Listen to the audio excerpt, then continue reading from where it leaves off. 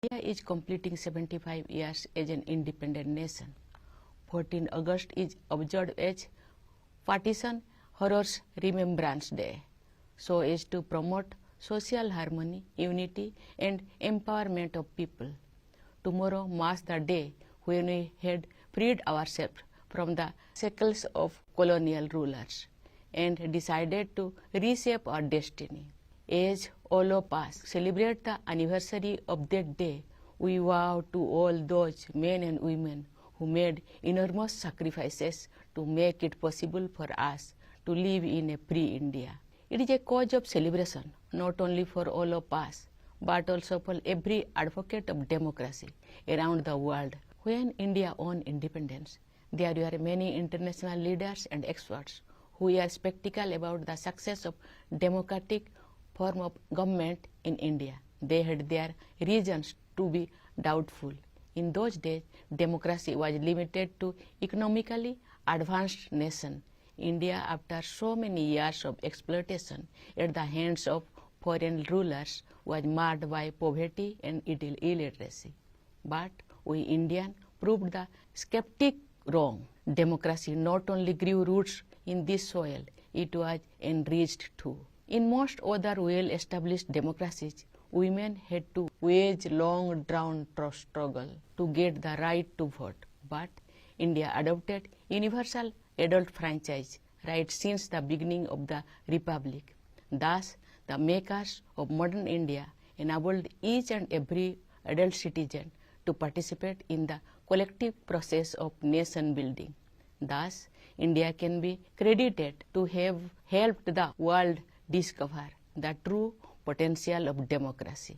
I believe this was not a coincidence.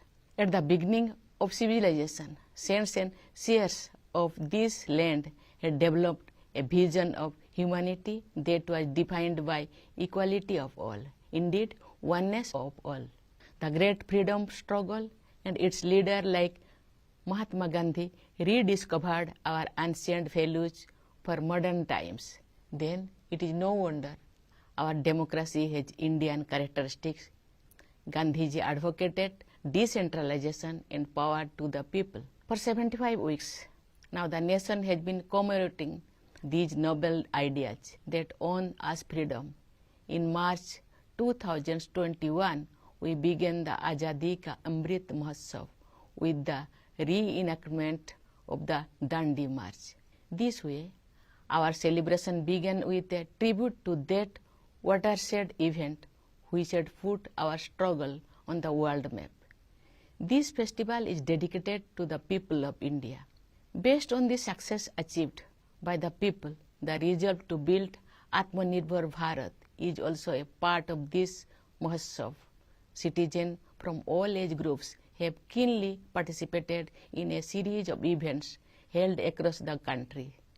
This grand festival is going ahead with the Har Ghar Triranga Abhiyan. The Indian tricolors are fluttering in every nook and corner of the country. Great martyrs would have been thrilled to see the spirit of the independence movement coming alive again on such a massive scale. Our glorious freedom struggles was waged bravely across the vast territory of our country. Many great freedom fighters did their duty and passed on the torch of awakening, leaving little trace on their heroic deeds. Forgotten for long were many heroes and their struggles, especially among the peasants and tribal population.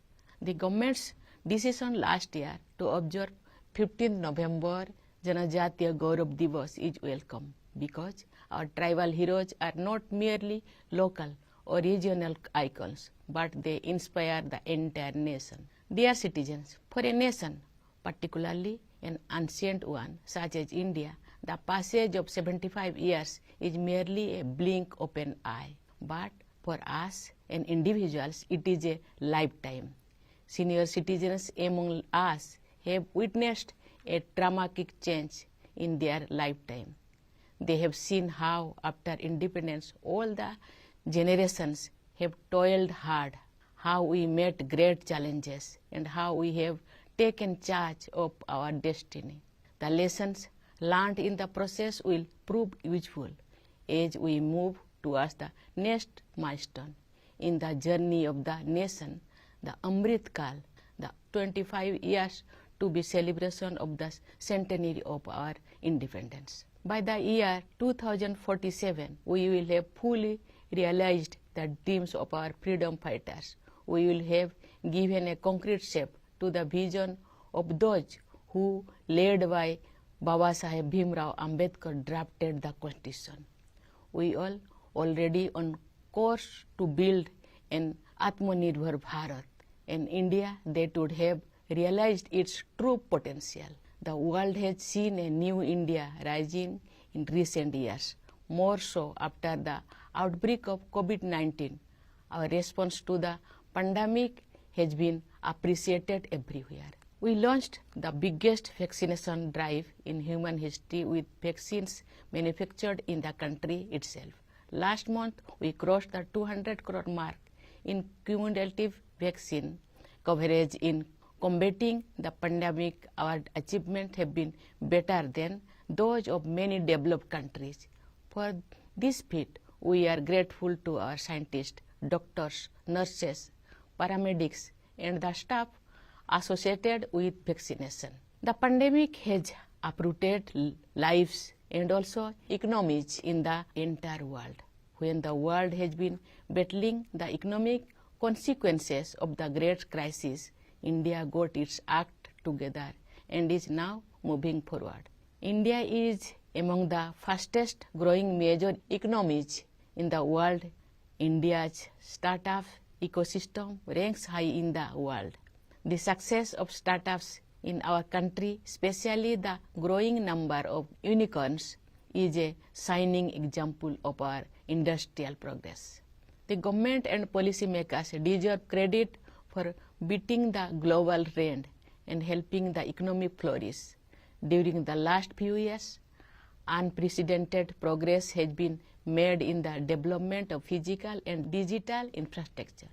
Through the Pradhan Mantri Gati Shakti Yojana, all the modes of connectivity based on water, land, air, etc. are being integrated in the whole country to enable seamless transportation across the country. For the vibrancy of growth visible in our country, credit must also be given to workers and farmers whose hard work has made it possible, and entrepreneurs whose business acumen has created wealth. What is all the more heartening is that the growth is becoming more inclusive and regional disparities too are reducing. But this is only the beginning. A series of economic reforms and policy initiatives have been preparing the ground for a long term.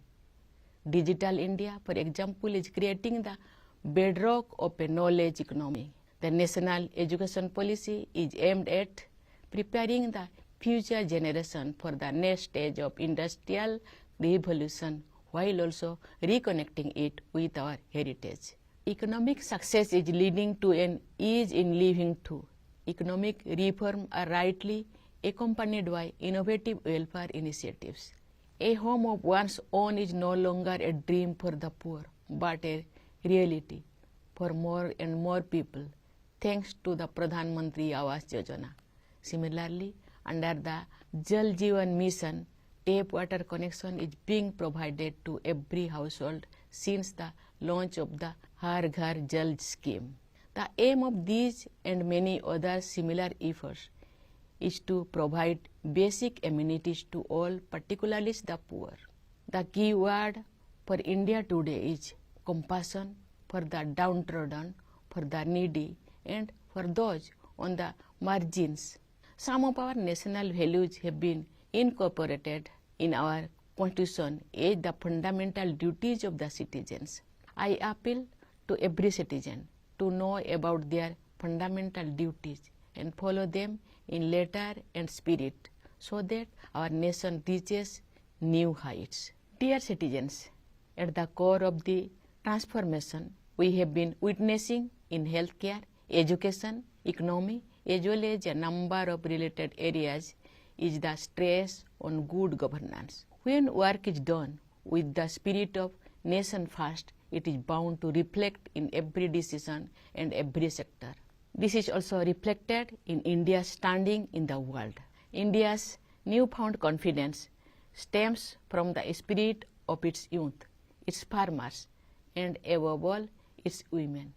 Gender inequalities are reducing, and women are moving ahead, breaking many glass ceilings. Their increasing participation in social and political processes will prove decisive.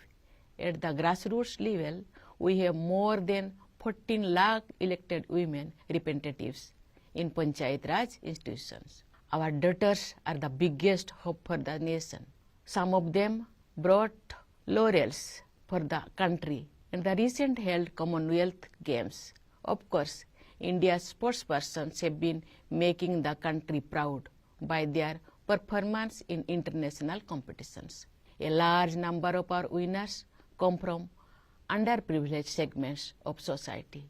From becoming fighter pilots to space scientists, our daughters are scaling great heights. Dear citizens, in celebrating Independence Day, we are celebrating our Bharatiyata.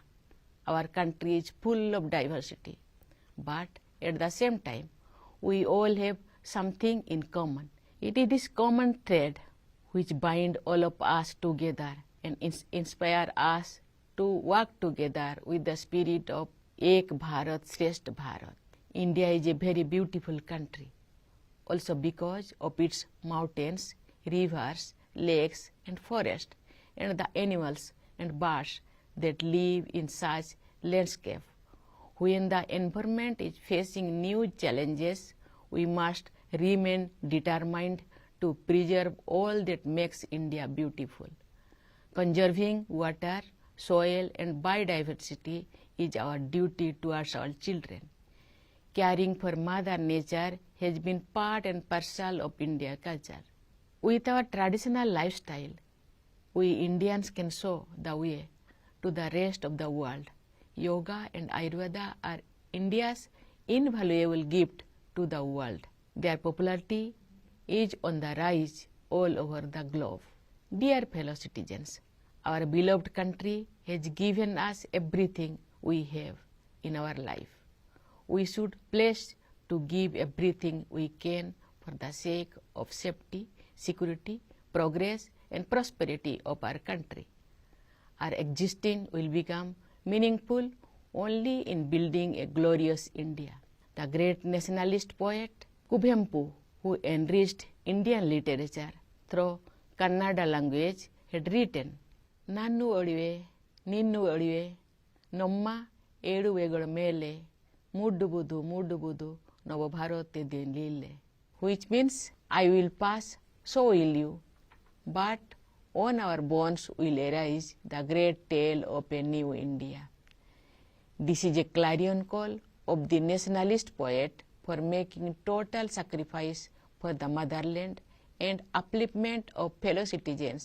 To follow these ideals is my special appeals to the youth of the country who are going to build the India of 2047. Before I conclude, I would like to extend Independence Day greetings to the armed forces, to the members of Indian missions abroad, and to the Indian diaspora who continue to make their motherland proud. My best wishes to all of you. Thank you. Jai Hind.